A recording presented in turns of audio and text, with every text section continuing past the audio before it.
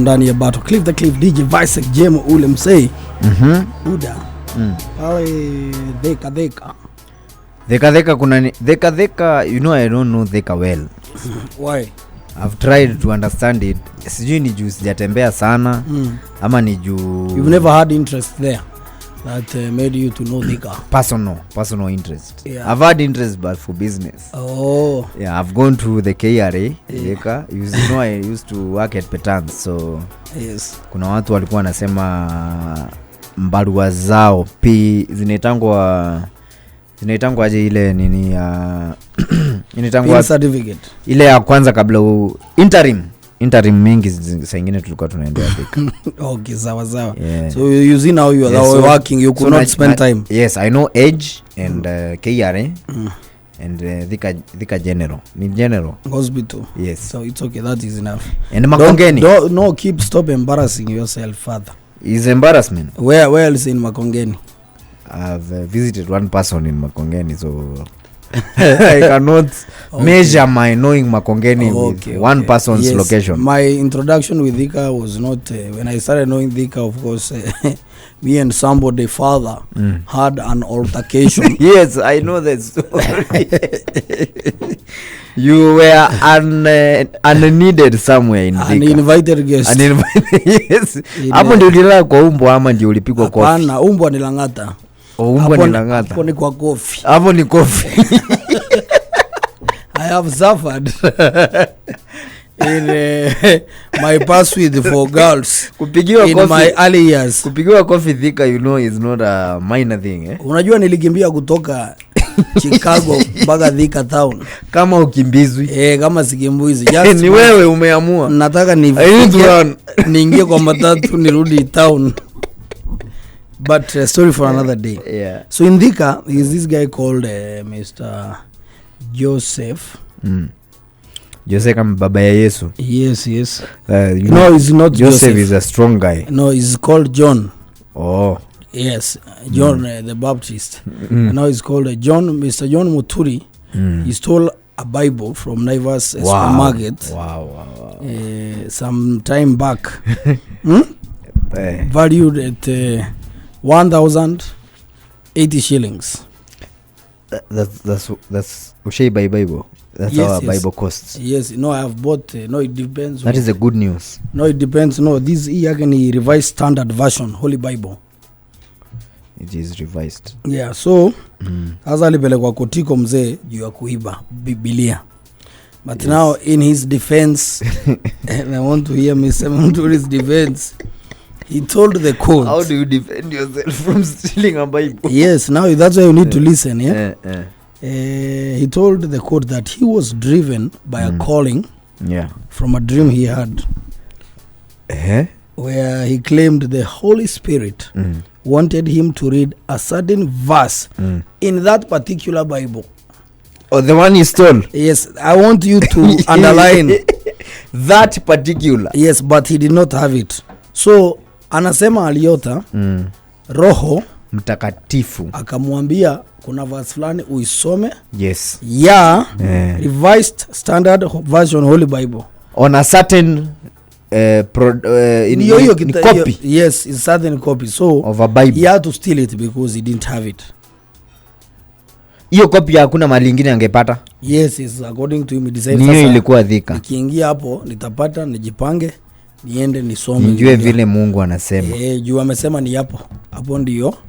Mambo iko wapi? Mambo iko hapo. Then good news is there. So but I think the Holy Spirit, there are some guys that the Holy Spirit talks to a lot. Why would you say that? The prophesiers and prophets. No, they are not prophesiers. So, prophets. Prophesy. You, what is this with who prophesies? Yesterday jana alisema gani ingine? Ilikuwa extorter.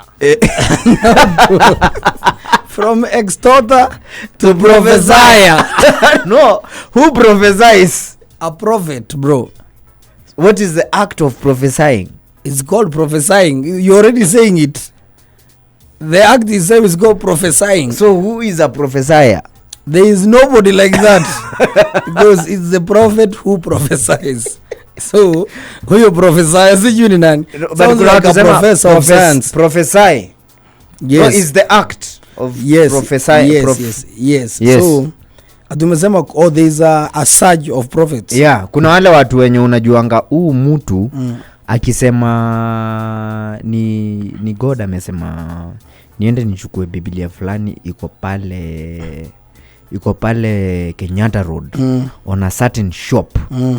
I am sure it is the Lord that who has sent me to go and pick that Bible or book because it contains a certain message that is supposed to get to God's people. Na uwezi ipata mahali pengine. No. A prophecy is strict. So nona kama Musa aliendea 10 tablets wapi? Kwa mlima.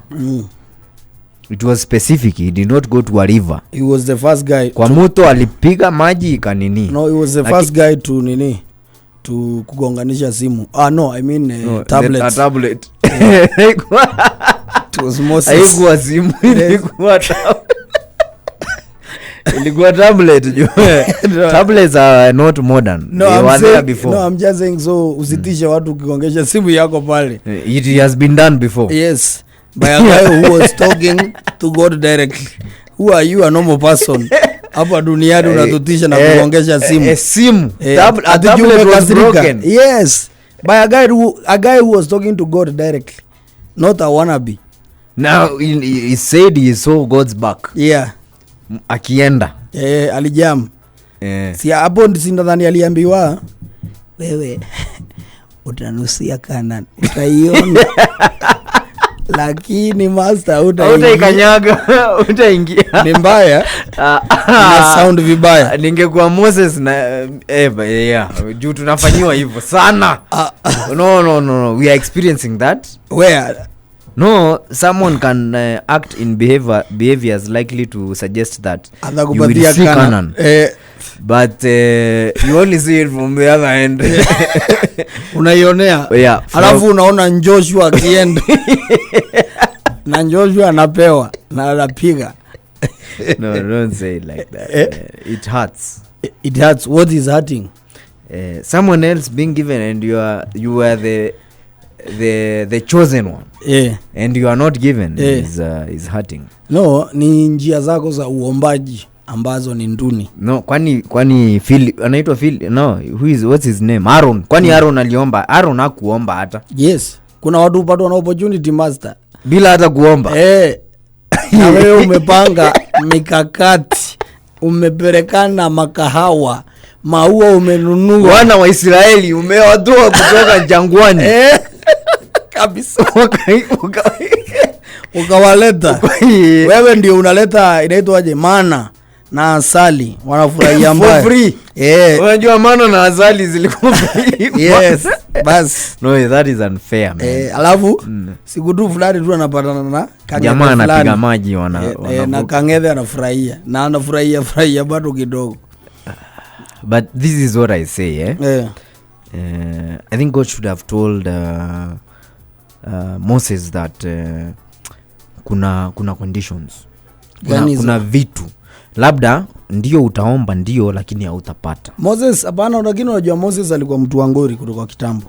No, Moses has not had problems with God before. Do you know Moses killed somebody? Are you aware? Moses killed somebody? Yes. But no, in which Bible? In which Bible? Moses killed a guy who he found beating up a person who was an Israelite. Okay?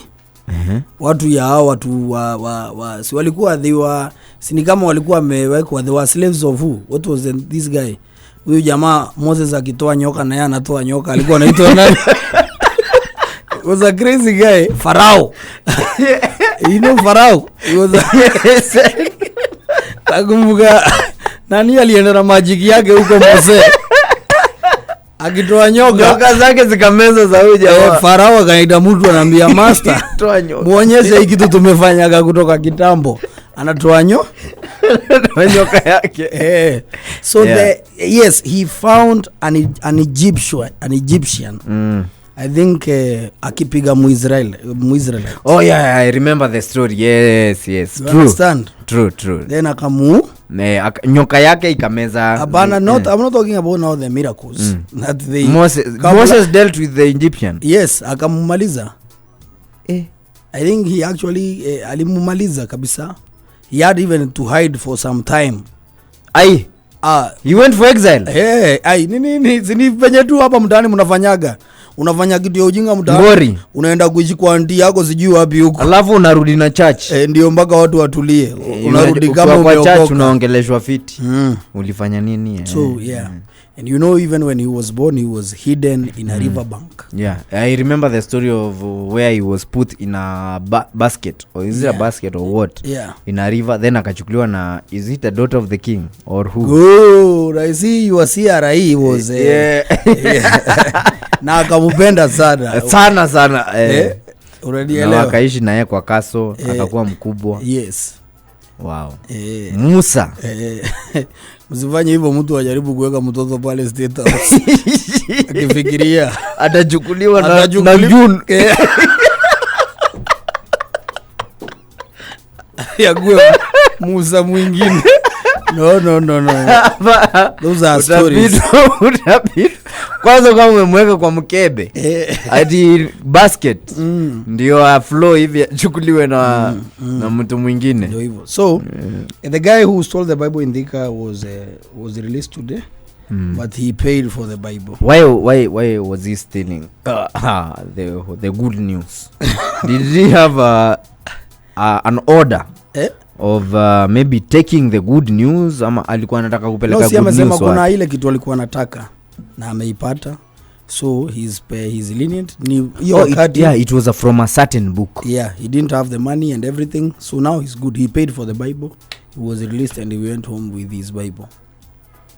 Unajua hii kuiba vitu kama hizo, kitabu, chakula, unajua kuna jamaa aliiba chakula supermarket.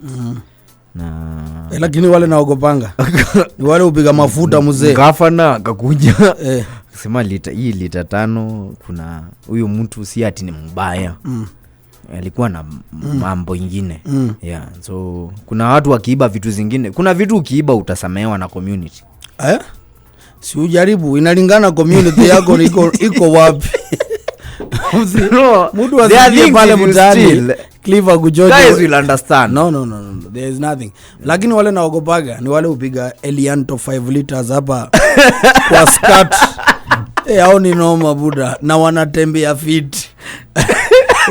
Yo nao mzee. Niliona golden fry 6 liters na imeshikiliwa na miguu. Mzee na anatembea tu. Ako sawa. Anatoka. And until now watu hakuna mwenye ushikiwa hapo nje ya gate ya mlango ya supermarket. Wanaonangwa kwa kamera. So wale wasiuko kwa gate hawajuangi mafuta imetoka. Because no one has ever shown the footage of msee anatoka na mafuta ikiwa hapo katikati ya miguu 5 liter ati hey you are walking funny coming. Hapana, inakuanga pale kwa counter lakini sasa unajua squeeze kwa supermarket master.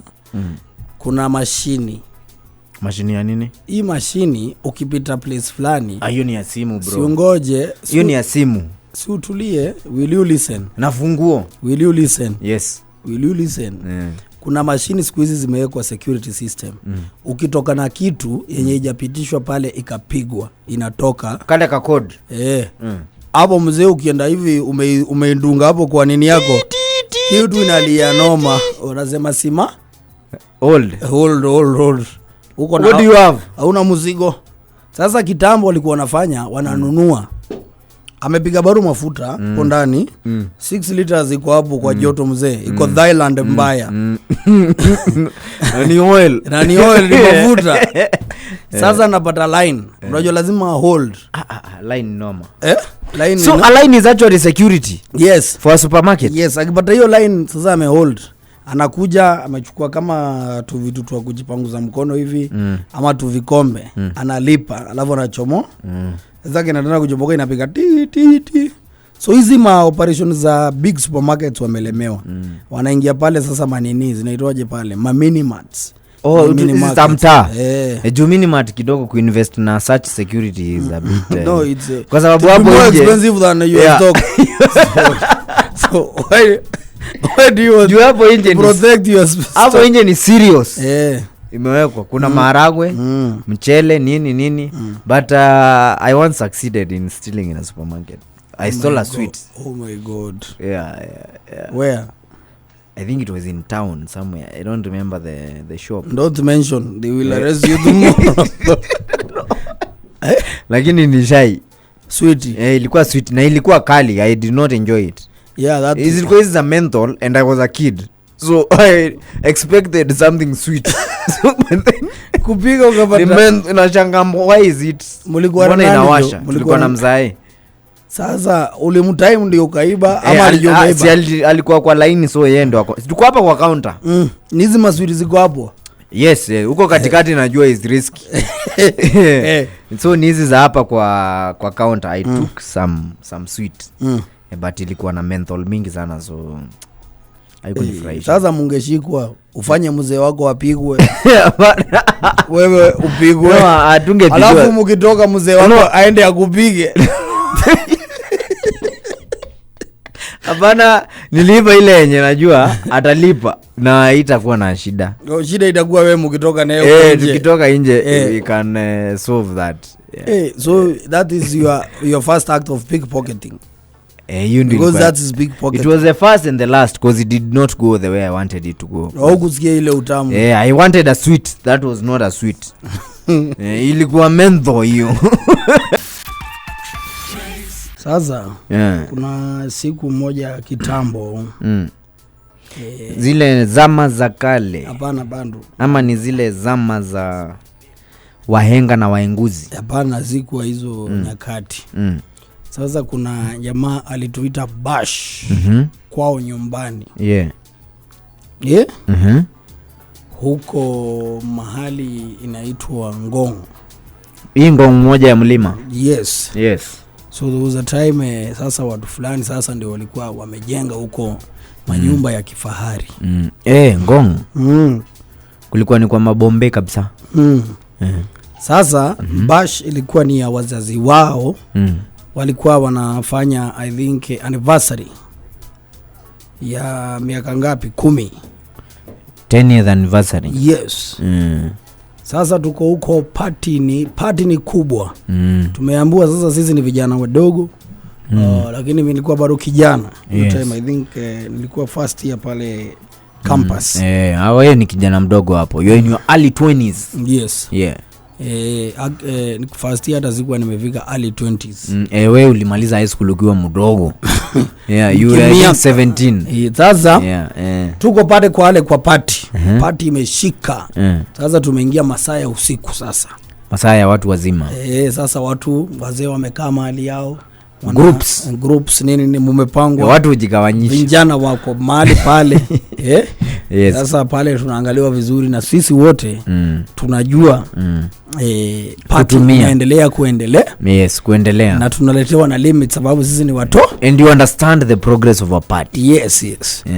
Then masaa kufumba inakuanga ni hivyo. Kufumba na kufumbua. Ndio hiyo. Kitu kama I think it was. So unajua sasa tushajua 20 home. Kitambo mliko mnafanya party kwa kina msee. Alafu ifiki asubuhi sasa ndio mwanze kuenda nyumbani kwe. Hakuna ile masaa inafika, unajua hata ile pesa uko nayo haitoshi kufika. Uwezi jaribu kutoka usiku. Of transport that you can afford is not available. First of all, there are not 24 hours matatus. Yes. Tungong. Zile za kawaida zimeisha. Watu wamefunga kazi. Yes, there is no public means. Okay? Yes. And the taxi is not affordable. Yes, taxi si ya mtu wa kawaida. Si ya mwananchi wa kawaida. Yes, masaa mzee pale imeshika. Imeenda. Kufumbua. A guest has arrived. And this guest has arrived with rabsha. What time is it? Is it a time that you can excuse yourself? No. And go home? No, I have told you it's past going home hours. Yes. sababu ilikuwa I think ilikuwa 12 am or 1 am or something. The guests who just arrived, how have they arrived with a car? Wamekuja wakafika kwa gate wakaingia. Wameanza kelele ya radio ama yao, kelele yao. Why are they shouting? Is a lady, one or many? One with her sister. Wow. They are shouting. Yes. What are they saying? They are semi-drunk. And they are saying this Muzee has a habit of throwing anniversaries for this 10 years wife of his, and he cannot even celebrate 3 years anniversary on the other side. Who are they? who are they? You know? No. Hapa kuna makosa. Who are these people? Ni nani huyo anakuja kuleta maneno mambo ya anniversary yangu? Huyo ni mpango ya kando ya mzee. Mimi first of all, ni nani amemfungulia gate? You know, the watchman is opening gates for guests. She said she's a guest. Yeah. Hapo sasa ndio makosa ya unajua watchman. Na watchman, mimi naheshimu watchman sana because we have my grandfather used to have a guard or a watchman throughout. Yes. So kulikuwa na soja throughout yani. Na kuna vile tulikuwa tunajua soja hivi ndio ana interact na babu na hivi ndio mambo ya soja inakaa. Sasa sielewi kwa nini soja afungulie wageni wenye yuko sure kama babu ako sawa nao. Hata kama amewahi waona na babu before. Jua hawakuji kwake. Wanakuja kwa nani? Hapo ndio makosa inaingililia. Sasa kukakuwa na fujo kidogo. Fujo waja vita ianze. Mambo kangaja. Uenda yakaja. The party now turned out to be one crazy drama. Nipe nikupe. Left, right. Now they are mixed emotions for everyone. You see, when a fight is okay, but when emotions are involved, yes, it becomes something else. Yeah, so bro ikakuwa chaotic. Ikafikana mahali mama akasema hataki kuona mtu yeyote kwa hiyo mboma. Ona sasa collateral. Watu walikuwa wamekuja sherehe vizuri. Akasema even you Francis, all your friends, tell them to go. Get out.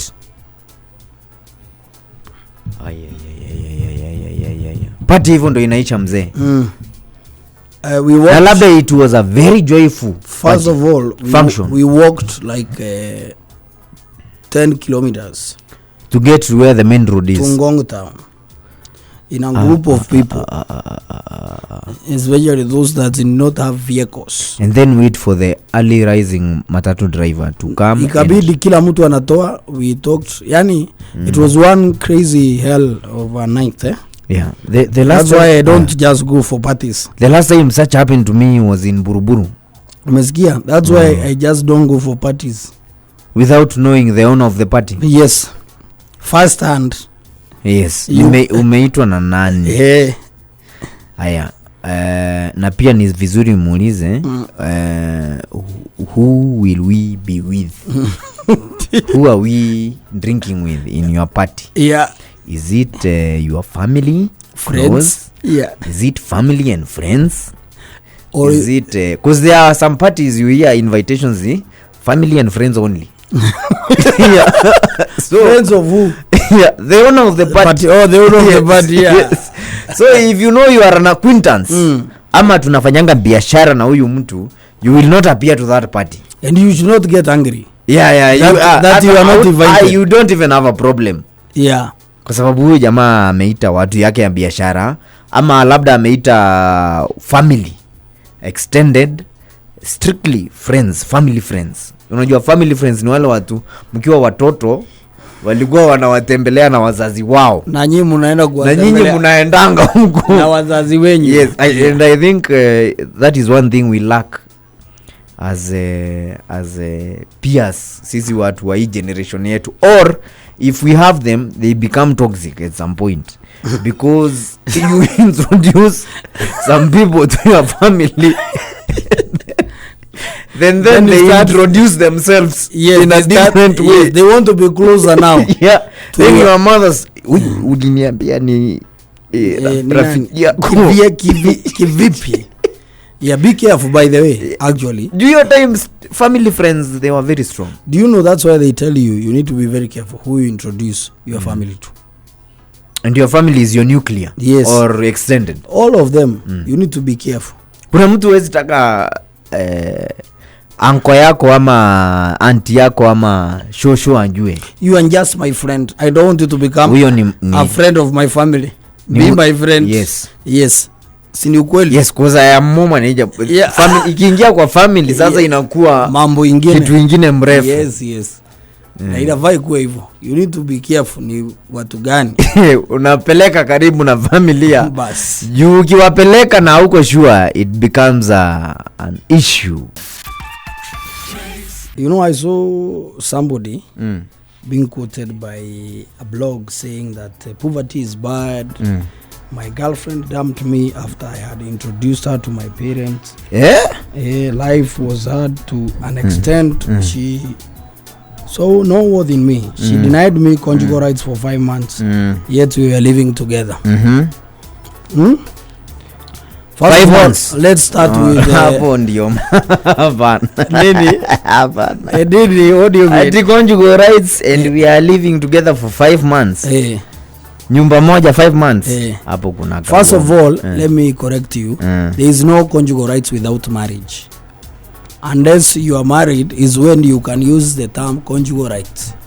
It's only applicable in a court of law. Do you know when conjugal rights come into the picture? So the one for Vibes Cartel is based on a certificate. Yes. You have married someone. Yes, leave the song alone. Yes. Because that's why, do you know conjugal rights is not used casually here and there. Right. It's used when you are filing for divorce and you itemize the reasons. Then you list one of the items as this person has been denying me my conjugal rights. Right. So a right needs to be constitutioned. Yes. That's why a marriage has to be legal. Lakini kama mko pale mnajipanga na demu yako akunyime hata miezi 10 ama 2 years, there is no conjugal rights you're being denied. Kusema I know my rights na ujui katiba ni makosa. Yes sana. Unaweza sema I know my rights, which one? No, according to who? How did they become your right? How? Unanielewa? Yes. That is one thing that we wanted to clear. Yes. Sawa. So ukinyimwa mkiwa na mtu girlfriend nini? Na mnaishi na yeye. Hiyo ni kama mjawana, yes. Don't call it a conjugal right. And also kuna watu wengi ambao wakitafuta kama ni dem na nini for example, they want to use their economic prowess or fame or something to get whatever they are getting. So now when you bring unanielewa, so umetumia kama economy yako with a lot of promises, ama jina ya kampuni, with a lot of promises of the things that you'll give this person, and this person come to your place. You see, you have to sustain giving them what you promised, whatever you promise, so that they can also keep giving you what they were to give you after you promised what you promised to give. Yes. Unanielewa? Sijui kama unaona hiyo mathematics. Umesema wewe ni manager. Manager anapatia nanga kazi. Yes. Na umepewa kwa sababu wewe ni manager. Then you have to be a manager throughout. Yes. You cannot lose your job as a manager.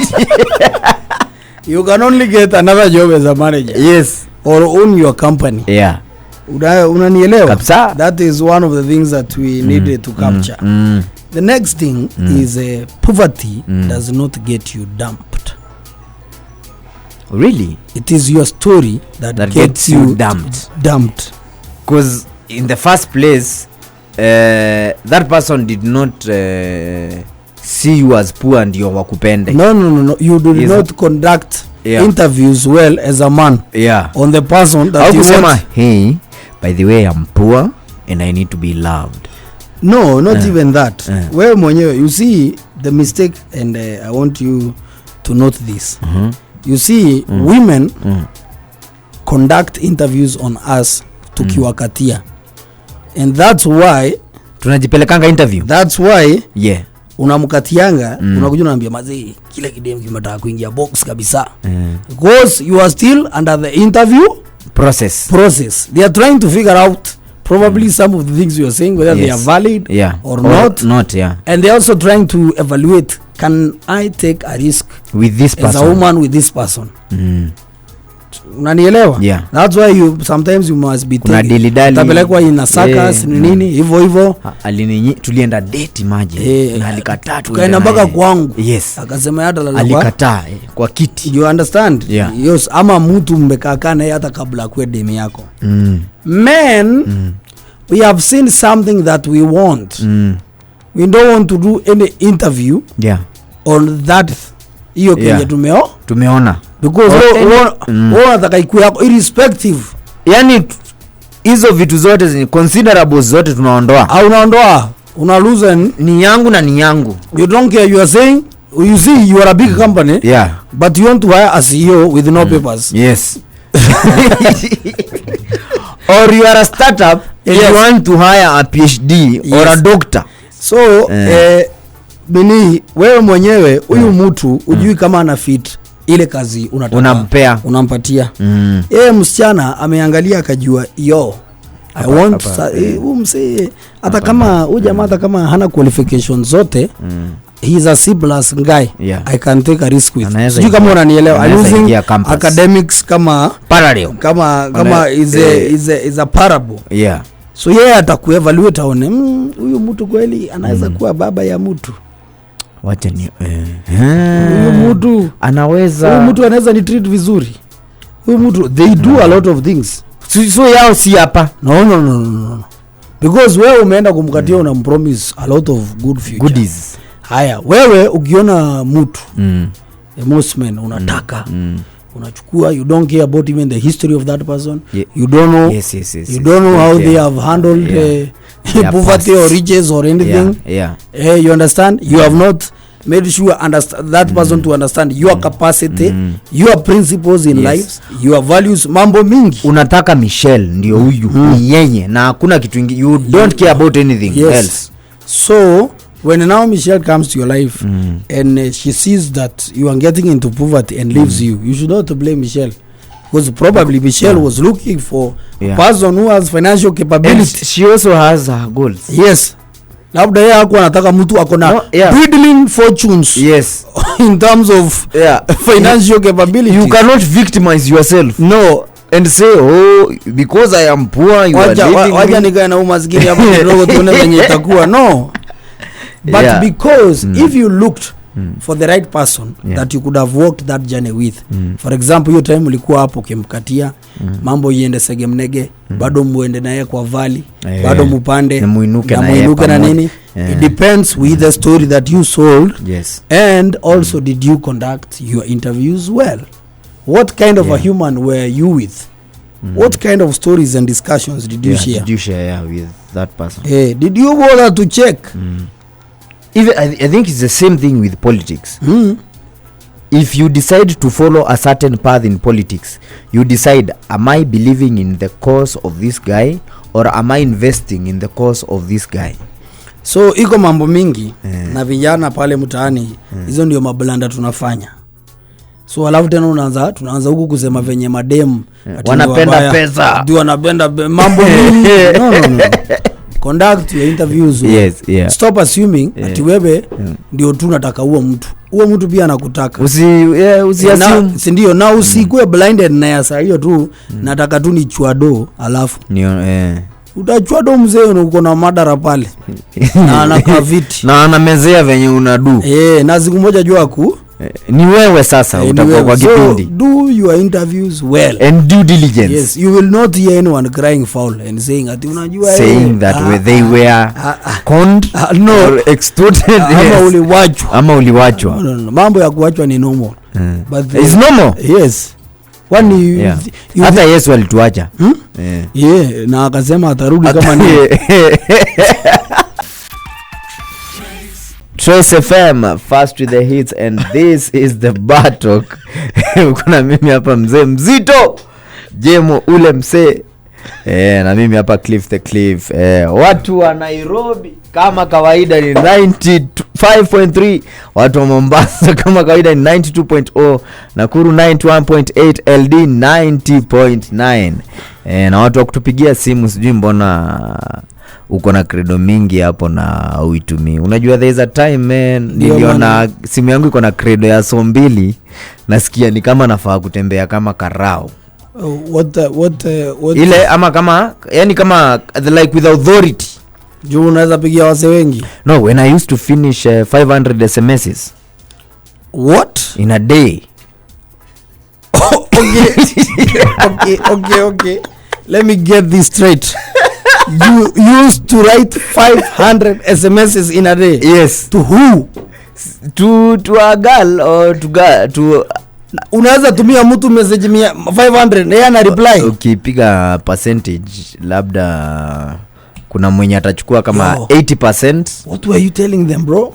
Cinema story jo. In 400 SMSs you are telling a story. Is it a continuous one? Sinaanza good morning. Saksa. Ana reply fiti. Umeshindaje? Umeamkaje? Sasa umekula? Ni aje? Umeosha uso? Ni mavitu yani. Mnaenda na kama taratara. Mnabonga yani. Msi ameamka ufanya. Ndio nimeingia bed hata sina shati. Niko tu na boxer, niko tu na underwear. Ili nilikuwa. You would write those things. Si ukam nikufungulie. Alafu andika knock knock. Who's there? Nimefungua. Ingia. Mnaanza sasa hiyo ni ile sexting. Ndio hiyo sasa, ndio hiyo mzee. Amefungua ingia kwa bed. Mzee utalala chuma mbaya sasa. Ndio utalala kwa chuma. Imechrome mbaya. Blanda 500. Juu ilifika point niko na za kawaida zilikuwa 200. Bro, how 200 SMSs. Let me just ask you, and this is a personal question. How did you perform? How composition rate? Yes, I was getting literature for you see, in high school, did you used to write compositions in high school? No. Yes. No, we did not used to write compositions. They were there. No, it was grammar na set books. Were there compositions? Yes, of course. No, high school. Yes. Why would composition stop at primary school? No, composition ilishia Raima mtu wangu. Okay, we will debate about that. I can't remember. Raima ndio mlikuwa mnaletewa, and that's how I knew not everyone you call a friend is a friend. Finish this composition with those lines. So answer topic. Me and Kamau were neighbors. Our parents were good friends. We also became good friends with Kamau. We would go to school together with Kamau. Yes. We would play games together. Kama ni nje inakuwa tulikuwa sako kombako. Yes, ndio hiyo sasa. Rafiki wa Chandra na Pete. Hapa hiyo ni when a woman is involved. Yes. Akufai kwa dhiki na dhiki. Kwa what? Atakufaje kwa dhiki na dhiki ingine, bro? Kwa dhati na dhiki. Ati? Oh my god. You failed in what? In these lessons of Kiswahili and English. No. Ni venye methali sahi kukumbuka ni ngori. Kwa nini? No, you see I don't use methalis nowadays. I don't use them. What do you use? I don't use methali. Methali za siku hizi ni summarized. They are more summarized. Malipo ni hapa. Immediately. Yes. Kupona. Nimekuachia Mungu. Kwa hiyo ni methali za siku hizi. Uambie mtu ni sawa. Pia hiyo ni methali. You have communicated probably. Unajua methali mingi zinatumika kwa threats. People I have never heard of someone who has done well and then they appreciated with a methali. Go with that woman. All the best together with her. May God bless you. I'm like I don't Amen. think you really telling God to bless that person. So siku hizi situmii methali sana. Unatumia nini misamiati? Siku hizi ni hizo misamiati za ni vitisho tu.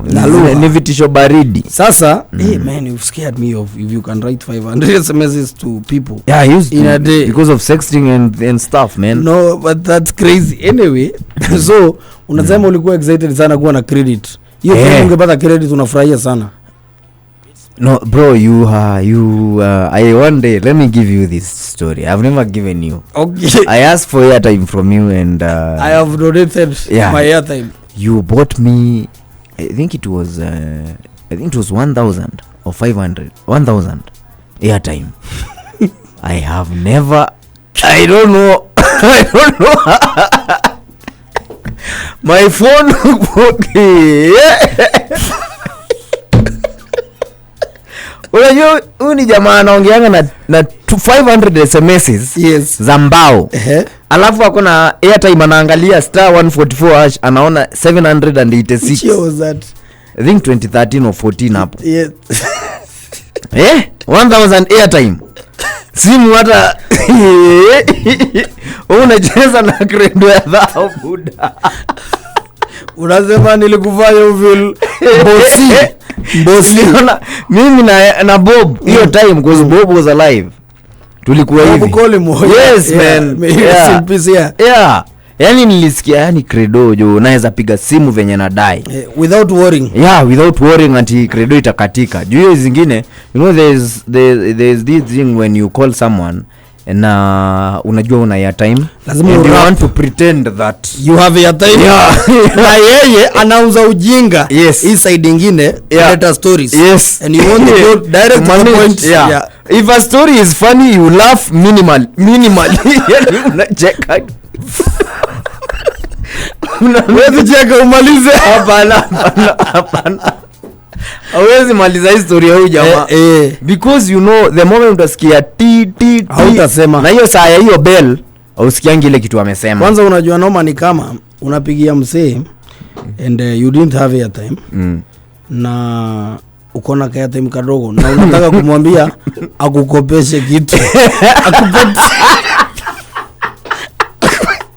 And now you have to act comfortable. You have to first tell him a story. Yeah. Alafu mwambie na nilikuwa.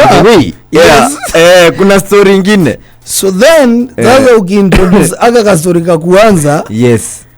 Na kana kuwa funny ama kana kuwa a story that mutates to another story. Alone has to have a drama in it, a story. Lazima uweke kipindi. Hata banks wanafaa wafanye hivyo. Soothe us to give you this loan. Ndio maana zingine wanakwambianga why do you need this loan? You tell them the reason. Yes. So sasa umesikia unaanza kupatia jamaa kipindi. Shilingi ni 2. Mzee na yeye anakuambia wewe kwanza JMO ya unakumbuka ile siku ni sawa bro. I know. Waje ule jamaa mlikuja naye alikuwa anaitwa nani? Huyo. Then unasikia ting ting. Lakini ting ting mambo yao wacha nikutafute tuongee. For now kuna ka emergency kidogo. I need nitumie wacha tuongee kesho. Ni kitu na sort sai. Alafu akisema sawa inakatika. Ataguna kweli. Anajua pia uko baba. Alafu una assume labda atafikiria ati umekata haraka because of the state of the emergency. Wow, now I believe you have passed through problems. If that is one of the No, I have told you. In Nairobi I have lived. Communicating. I cannot pretend not to have lived. I have lived in Nairobi. Unaingia redeem bonga points. Unapata haitoshi. Yeah. Ku redeem shilingi 2. Oh my god, you want to redeem for 2 shillings? No, 10 points is I think 3 bob or 2. And I need to check how many bonga points I have. Are they not checked? Yeah, you can shop with them actually. Are they still there? Okay. Ukipiga hiyo utacheki na watakwambia actually how much credit you qualify for with your bonga points. They can even tell you, I bought my grandfather a phone with some of his bonga points. He was a major. Yeah. So calls, the congregation nini. So, is that, you did a transaction? Airtime, yeah. Ile ukatoa bonga points kwako akakuwekea. Tukaongezea nikachukua Huawei fulani. Ilikuwa yangu haikuwa hata yake. So I had some cash. Na nilikuwa najua nikiwa na hii 1500 ndio nichukue hii ka Huawei fulani. I need some bonga points that need to be converted pale kwa duka ya Saf zikuwe ganji. Sasa let me tell you the history of credit so that you know there are other people who suffered more than you suffered. You see you probably time yako ya kushika simu ni time ile ilikuwa inalipishwa per shilling. Sindio? Ni kweli. Sasa kitambo ilikuwa per minute. And per minute starts counting at 0.1 seconds. What? Umenielewa Kenya nasema? Is that why the least airtime ungenunua ilikuwa ya 250? Yes. 250. Uongeru dakika ngapi? 5. Dakika usichwani. Na ukiongea ukinipigia simu uniambia tu wewe vipi jemo uko wapi saa tutabonga 15 seconds itakata chwani. Haki ya mama. Wewe. Hata kama hatujamaliza hiyo dakika masaa. Yes. Na nikikata nipigie mtu mwingine? Itaingia kwa dakika nyingine mzee. No, that's conmanship. No. Bana. Sasa sikia ukiongea 1 minute ufikishe 1 minute 1 second 1 chwani itakata nini so umenielewa? So ungekuwa uko na nini hakuna story ni kurap. So uwezi pigia mtu una story na yeye. No. Na ukipigia mtu una mutune. You know there is a way you can tune somebody in a call. Wakireceive you know this guy mkimpigianga simu anataka story. Akichukua tu urambia ni aje Cliff fanya hivi Pambia madhe ni bila kupea chance. Wewe nakwambia waambie madhe hivi na hivi. Sawa. Kesho tupatane 80,000 alafu you fikisha message. It was for communication purposes. Mambo imeisha. Gini kuna watu wale kujanga wanaitwa you. I think it was a telecom company. They came with some Androido. You want Androido? I think with the line you would buy credits, I think some small credit, then you would talk for a very long time. So ungepata msee akotuna simu card akona 3 kwa mfuko. Akona simu card ya kupiga masimu, kuna simu card ya message, na kuna simu card ile yanapatikanaga nayo. So when do you know when to call which number? You know you and your girlfriend kama ni wewe unajua mtaingia 500 messages usiku. So kuna hiyo line ya message. Hiyo ni ile time mzee nilikuwa na chat hata bila kuangalia simu. Unajua hizo tu bado. Hizo tu keypad. Ati ABC najua ni hiyo ya kwanza ya pili. Space iko pale. Hivi.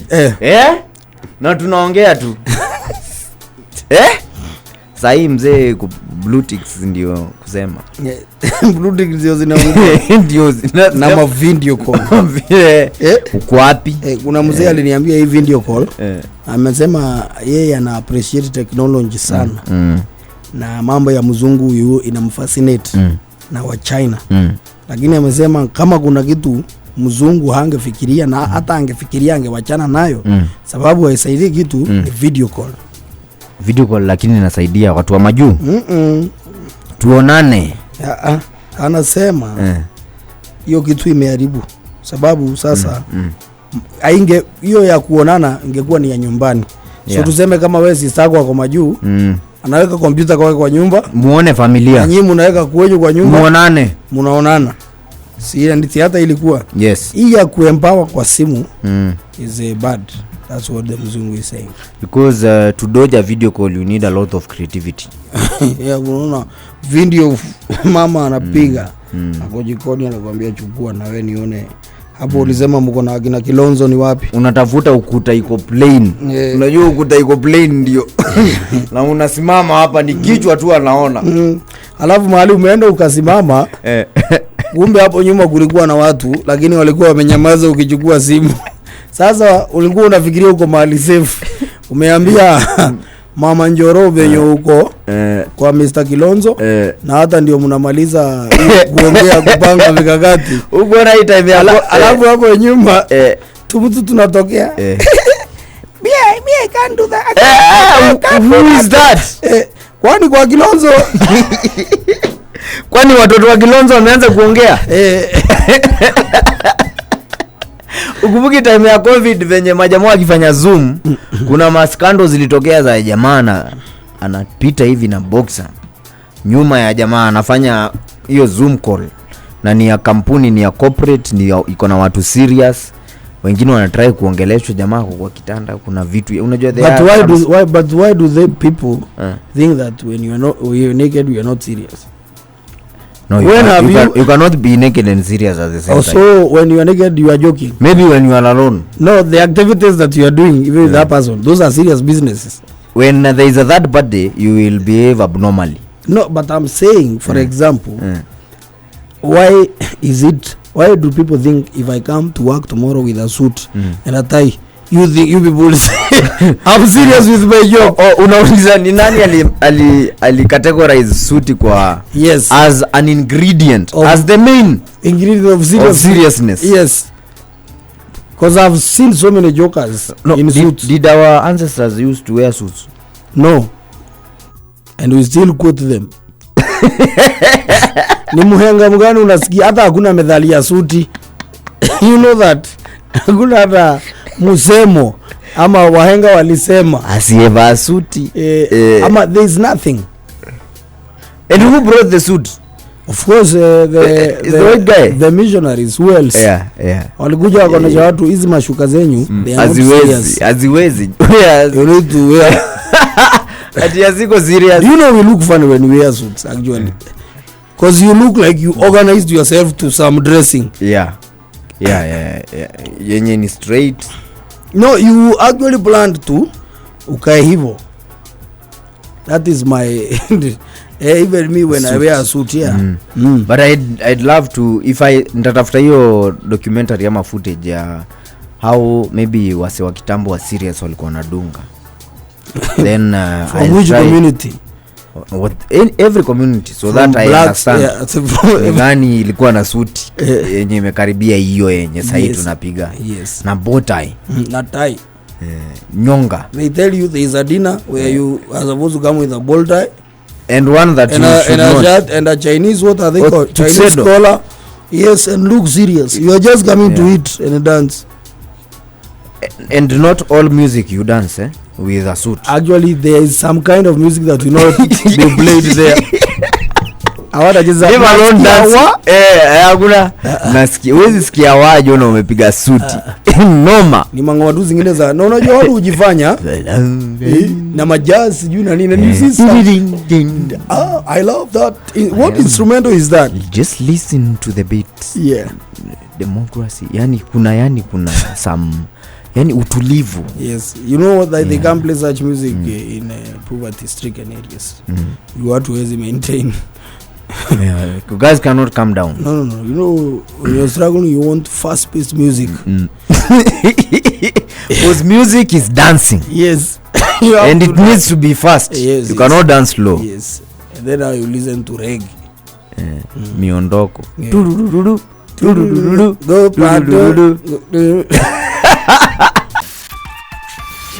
pale mtaani watu wana complain sana juu ya kelele. Lakini kelele imeisha. Unajua campaign ndio ilikuwa na kelele mzee. Hapana, sasa kuna zile personal za pale kwa ploti. Mavurugu manini kiateka. Hapana, si hizo. Wageni wa watu wanapiga kelele wakifurahia. No, that is wrong. Wakifurahia. Guys. Please we observe silence. Ukiangalia kwa gate imeandikwa please observe silence. No, but umeleta mgeni wako. Yes. Na katika zile activities ambazo zinafanyika pale unapata mgeni wako anafurahia. Akifurahia kuna sauti anatoanga akicheka sana. Hapana, si mambo ya kucheka. Yeye kwangi kicheko sio kulia. It's more is a unique sound. Very unique. But I don't know who trains people to do that sound. That is like suckling. You teach yourself. No. Na sasa wana complain. Hebu cheza venye one of the residents alisema nini? One of the residents. Yeah. Saa ya usiku atucharara hapa kwetu. Tumepigishwa nduru usiku wote, atucharara, tuko na stress, tunashinda tutorokee wapi. Saa ya usiku atucharara hapa kwetu. Tumepigishwa nduru usiku wote, atucharara, tuko na stress, tunashinda tutorokee wapi. Hao ni manjirani wanaongea. Manjirani wenyu wanaongea, mnajijua pale mtaani. Sasa usiku tuko na stress. Atunjalana, tunasindwa tutorokee wapi. Imagine. Tumepigizwa nduru usiku yote. Sababu first of all kitu ujamisha Mamorio kwanza pale mtaani. Mazee Morio amekuja na mtu. Mtu mzee ameamua token sexy. Unajua yani itakuwa ni kama token nini. Alafu Morio mzee ako pale. Akomekuwa kahanga strike. No ka dry spell yani kama for long. Masauti unanielewa? You see me I only have one solution. Na wengine ni majirani. Labda mbwana aguli mbimbi ama mbimbi na yame yani alafu pia kuna watu pia wanapenda kucommunicate kwa kama ni kwa ploti, labda ni bibi ya mtu ameamua lazima mjue kuna mambo inaendeleanga kwa mboma yangu. Na mzee wangu ni hatari, ni simba.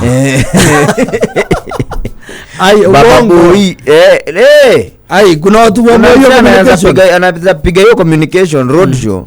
Alafu pale mtaani akitokea anatembea majestically, anajua mko na hiyo audio.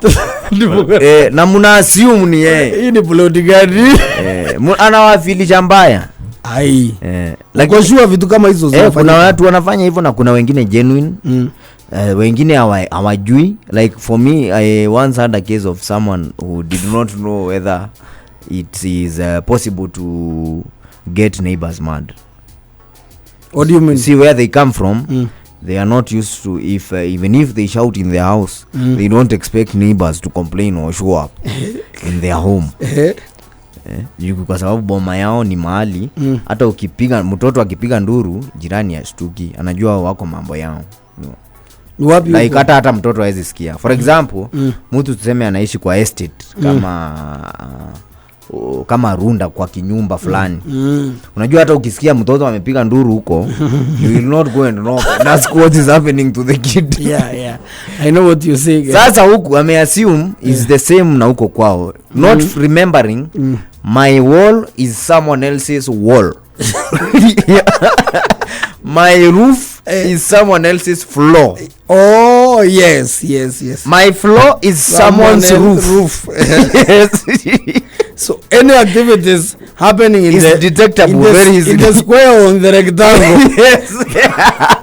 You know most of the houses tunaishingi ni kama ka square ama ka rectangle kenye kamejomoka na ka square kadogo. Go check your house, you will know that. Yeah, it's like a square that fits in a big square. Yes. So sasa so akiassume ati maybe if nikifanya mambo yangu kuna mtu atasikia, lakini hiyo sauti mzee ni acute. Alafu sasa uongeze ya kitanda. Inamaliza. Kutu. Mtari. Mambo mingi. I have a neighbor and sijadili na yeye bado, lakini siwezi deal na yeye. Nataka tu nimuondokee. Kwa nini? Such a thing you cannot tell someone, hey guys, you need to slow down. No, my mom has visited. Yeah, so you need to calm down. But I thank God because sometimes when mom has visited, saa ingine hawafanyi mambo yao. I think nikimiujiza or I hope that my mother is asleep or my village cousin is asleep. So I hope hakuna kitu inaendelea. Lakini sasa kwani ni inakuwa ni kitanda ama ni soundtrack? I think both. Like sana kitanda ndio inasikika. Kitanda ndio inakosa alarm. You see sound mtu anaweza assume inatoka mahali nyingine. Lakini same bado ni uncomfortable. Ukiwa na mtu unaheshimu.